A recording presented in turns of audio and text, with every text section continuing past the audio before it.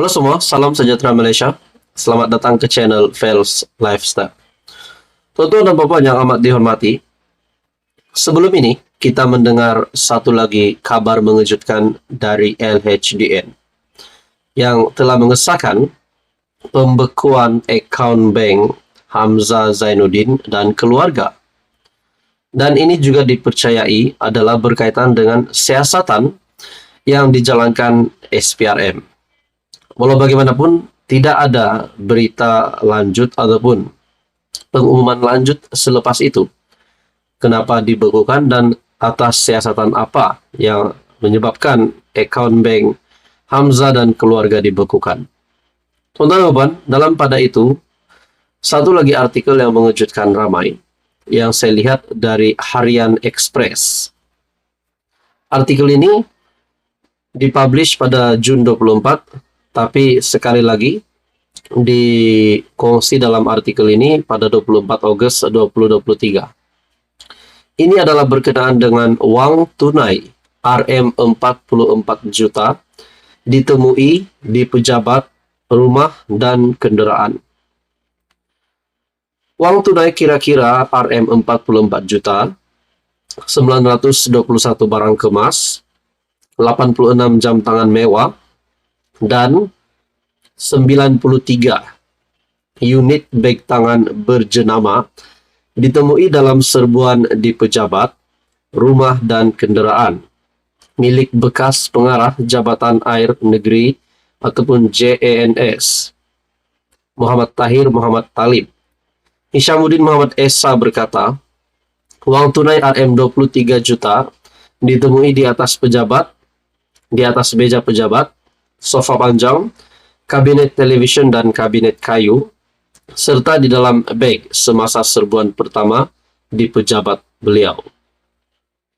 Beliau seterusnya berkata, Rm9 juta lagi ditemui di dalam booth Mazda, Rm4 juta di dalam booth Mercedes-Benz, dan Rm8 juta dalam peti keselamatan di rumah Eji Tahir.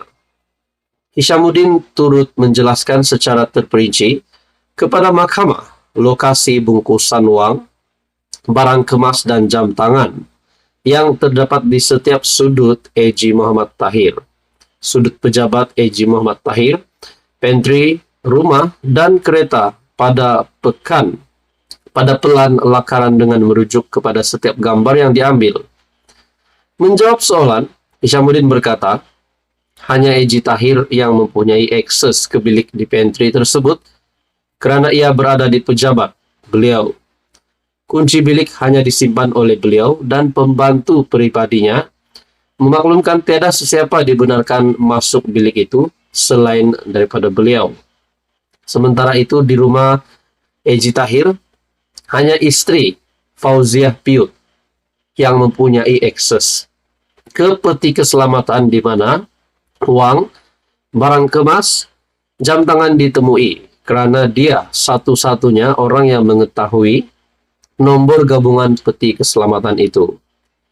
Hishamuddin diberi keterangan lanjut pada Jumaat di hadapan Hakim Mahkamah Session Abu Bakar Manat dalam perbicaraan Eji Tahir yang berumur 58 tahun dan Fauziah 55 tahun dan Lim Lambeng 66 tahun terhadap 37 pertuduhan pengupahan wang haram, membabitkan wang tunai dan simpanan bank berjumlah Rm 61,57 juta serta pemilikan barangan mewah yang menyalahi undang-undang. Menurut Hishamuddin, ketika mereka menyerbu rumah Eji Tahir di Sembulan, selain pegawai SPRM, hanya Eji Tahir dan istrinya di rumah itu.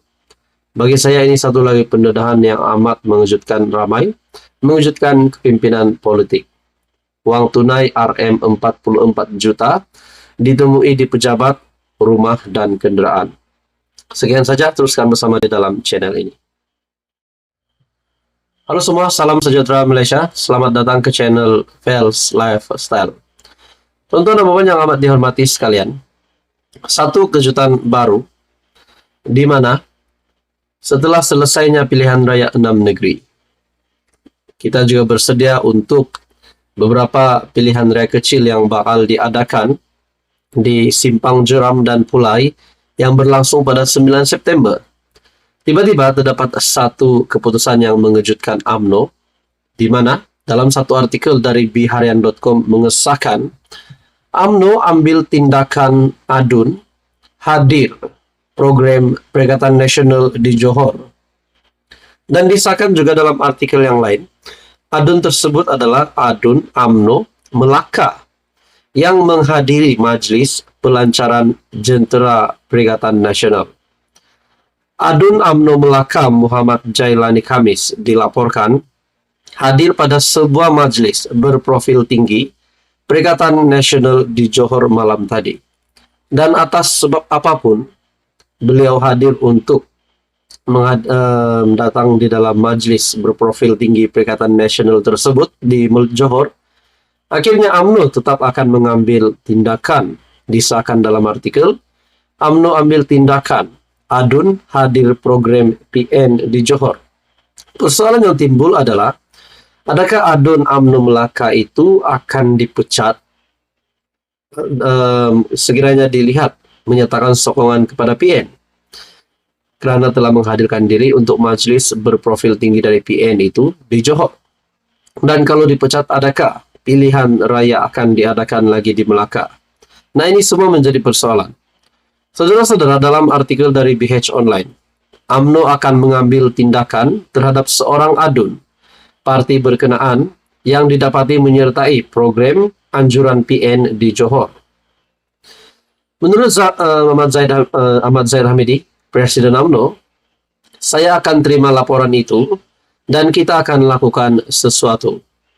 Perkara itu merujuk kepada adun Rembia Melaka, Datuk Muhammad Jailani Khamis yang hadir pada majlis pengumuman calon PN bagi PRK Parlimen Pulai dan Dewan Undangan Negeri DUN Simpang Jeram di Bakri, Johor. Terdahulu, Muhammad Jailani mempertahan tindakannya itu dengan menegaskan kehadiran beliau di majlis berkenaan adalah bukan atas kapasiti sebagai adun UMNO. Katanya kehadiran itu mewakili badan bukan kerajaan, NGO Muafakat Nasional yang diterajui bekas Setiausaha Agung BN Tan Sri Anwar Musa. Saya mewakili Anwar kerana Muafakat Nasional berpegang teguh dengan kepercayaan kepada perpaduan ummah. Kebetulan semangat yang sama dikongsi oleh PN. Kami percaya perpaduan ini tidak mati dan kami tidak bermusuhan dengan mana-mana parti politik, katanya seperti dipetik dari sebuah laporan media. Dalam artikel yang lain juga, adun UMNO Melaka hadiri majlis pelancaran Jentera PN.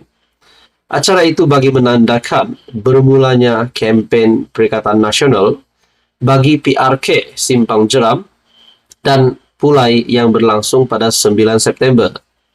Kehadiran Jailani diumumkan oleh Setiausaha Agung PAS Taqiyuddin Hasan yang memaklumkan ada rakan dari Melaka yang menyertai mereka. Adakah di sini persoalan yang timbul dari ramai orang adalah adun Melaka yaitu Jailani mahu menyokong Perikatan Nasional. Sampaikan UMNO akan mengambil tindakan adun yang hadir program PN di Johor. Dan adakah beliau berisiko untuk dipecat dan diadakan lagi pilihan raya di Melaka? Itu semua menjadi persoalan. Jadi saudara-saudara, menurut Anda apa komen Anda? Teruskan bersama di dalam channel ini untuk info yang seterusnya. Mohon bantu channel ini dengan menekan butang like, share, dan juga subscribe.